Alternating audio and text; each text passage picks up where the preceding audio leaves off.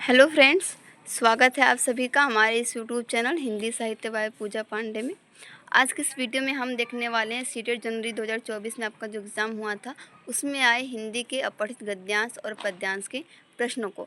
इससे आपको व्याकरण के नए टॉपिक भी देखने को मिल जाएंगे, कहाँ कहाँ से प्रश्न पूछा गया है। हालांकि मैं आपको प्रीवियस वीडियो में बता चुकी हूँ हिंदी व्याकरण के ऐसे कौन से टॉपिक हैं जहाँ से प्रश्न पूछे जाते हैं, तो लगभग उन्हीं टॉपिक से इसमें प्रश्न पूछा गया, लेकिन फिर भी आपको इसमें कुछ नए एक दो टॉपिक देखने के लिए मिलेंगे। सबसे पहले देखते हैं अपठित गद्यांश और फिर देखेंगे अपठित पद्यांश। अपठित गद्यांश के प्रश्नों को हल करते समय सबसे ज़रूरी है कि आप उस गद्यांश को ध्यान से पहले एक बार पढ़ लें, फिर उसके प्रश्नों को देखें और देखकर लाइन बाय लाइन ध्यान रखते हुए पूरी एकाग्रता के साथ प्रश्नों को हल करें, क्योंकि ये ऐसा सेक्शन है जहाँ पर आप 15 में से 15 अंक ला सकते हैं और बिल्कुल भी आपके यहाँ से प्रश्न गलत नहीं होंगे। मान सकते हैं कि हिंदी शिक्षण में कुछ ऐसे नए शब्द आपको देखने के लिए मिल जाए या उन शब्दों को घुमाकर पूछ दिया जाए तो आपका प्रश्न गलत हो जाए, तो फिर भी आप हिंदी में जो है 30 में से आप 27-28 तक आसानी से कर सकते हैं। लेकिन एकाग्रता इसलिए ज़रूरी है कि समय का भी हमें ध्यान रखना होता है, लेकिन जितना भी हमें समय लगा रहे हैं तो हमें ये पूरी कोशिश करनी चाहिए कि उस लगाए हुए समय में कोई भी प्रश्न हमारा गलत ना होने पाए। चलिए देखते हैं इस गद्यांश को। इच्छा से प्रेरित होकर लोग उन्नति के मार्ग पर चलने लगते हैं। अपनी यात्रा के आरंभ में वे अपनी प्रगति में बाधा डालने वाली सैकड़ों व्यक्तिगत और सामाजिक खामियों का पता लगाते हैं।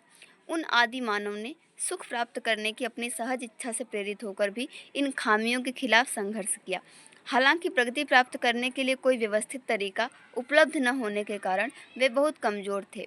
मानव अस्तित्व त्रिपक्षीय है, भौतिक, मानसिक और आध्यात्मिक। अपनी यात्रा के प्रारंभिक चरण में सुदूर अतीत के अंधेरे युग में मानव ने अकेले भौतिक और मानसिक क्षेत्रों में प्रगति की।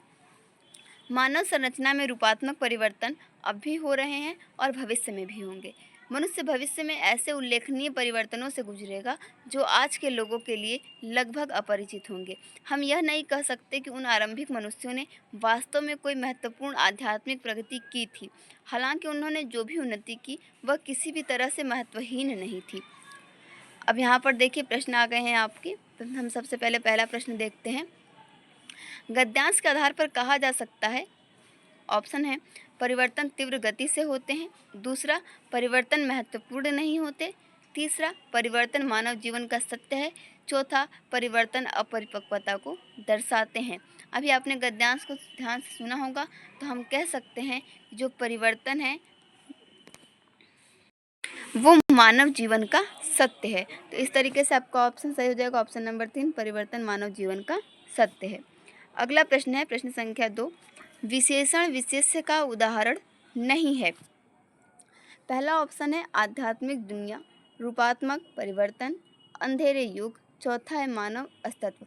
आप इन उदाहरणों को ध्यान से देखेंगे तो इन तीनों में विशेषण और विशेष्य का संबंध है, जबकि जो मानव अस्तित्व है ये क्या है, एक अलग शब्द है। यहाँ पर विशेषण विशेष्य जैसा कोई भी संबंध नहीं है इनके बीच, इसलिए इसका सही उत्तर हो जाएगा ऑप्शन नंबर 4, मानव अस्तित्व। अगला देखते हैं प्रश्न संख्या 3, अध्यात्म शब्द में इक प्रत्यय लगाने पर शब्द बनेगा। अब यहाँ पर देखिए, एक तो आपका प्रत्यय भी की भी जांच हो रही है कि आपको प्रत्यय पता है कि नहीं, दूसरा यहाँ पर वर्तनी का भी ध्यान रखना जरूरी है। जब हम अध्यात्म में इक प्रत्यय लगाएंगे तो शब्द बन जाएगा आध्यात्मिक, लेकिन यहाँ पर कौन सा शब्द सही है ये भी आपको देखना है। तो यहाँ पर जो आपका शब्द सही हो जाएगा वो हो जाएगा ऑप्शन नंबर 4, आध्यात्मिक। प्रश्न संख्या 3 का ऑप्शन नंबर 4 बिल्कुल सही होगा, आध्यात्मिक। यहाँ पर देखिए एक ऑप्शन जो है यहाँ पर वर्तनी, यहाँ भी सेम ही है, तो आप चाहे 2 कहें या 4 कहें, ये दोनों ही वर्तनी क्या है, सही है। अध्यात्म शब्द में एक प्रत्यय लगाने पर आध्यात्मिक शब्द बन जाएगा। प्रश्न संख्या 4 देखते हैं। उन्नति प्राप्त करने के लिए आवश्यक है कि मनुष्य, ऑप्शन 1 है संघर्षरत रहे और विद्रोह करे, दूसरा अपनी खूबियों को जान ले, तीसरा अपनी कमियों को जान ले, चौथा अपने लक्ष्य की ओर चलता रहे। तो इसका सही उत्तर हो जाएगा ऑप्शन नंबर 3, अपनी कमियों को जान ले, इस गद्यांश के आधार पर। प्रश्न संख्या 5 देखते हैं। प्रगति प्राप्त करने का व्यवस्थित तरीका किसके पास नहीं था। ऑप्शन 1 है आदि मानवों के पास, दूसरा सभी मनुष्यों के पास, तीसरा सभी अज्ञानी मानवों के पास, चौथा सभी अव्यवस्थित आदि मानवों के पास। इसका सही उत्तर हो जाएगा ऑप्शन नंबर 1, आदि मानवों के पास।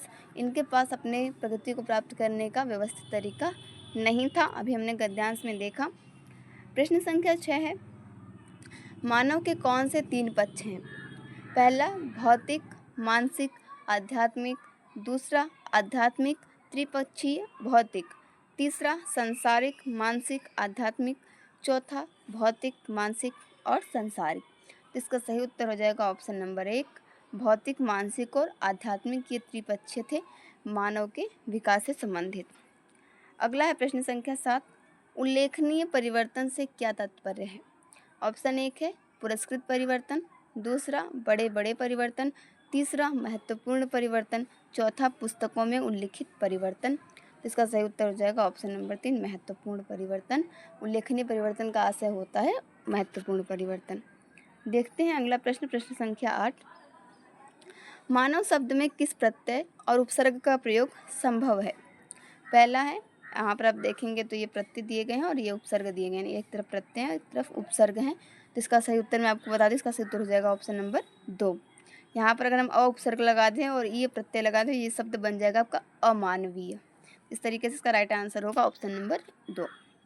प्रश्न संख्या 9 है, आदि मानव ने, यहाँ पर डैश रहेगा, आदि मानव ने प्रगति नहीं कर सका क्षेत्र में प्रगति की। यहाँ पर देखिए जो प्रश्न है आपका ये मिसप्रिंट हो गया है, इसको हम बाद में सही करेंगे।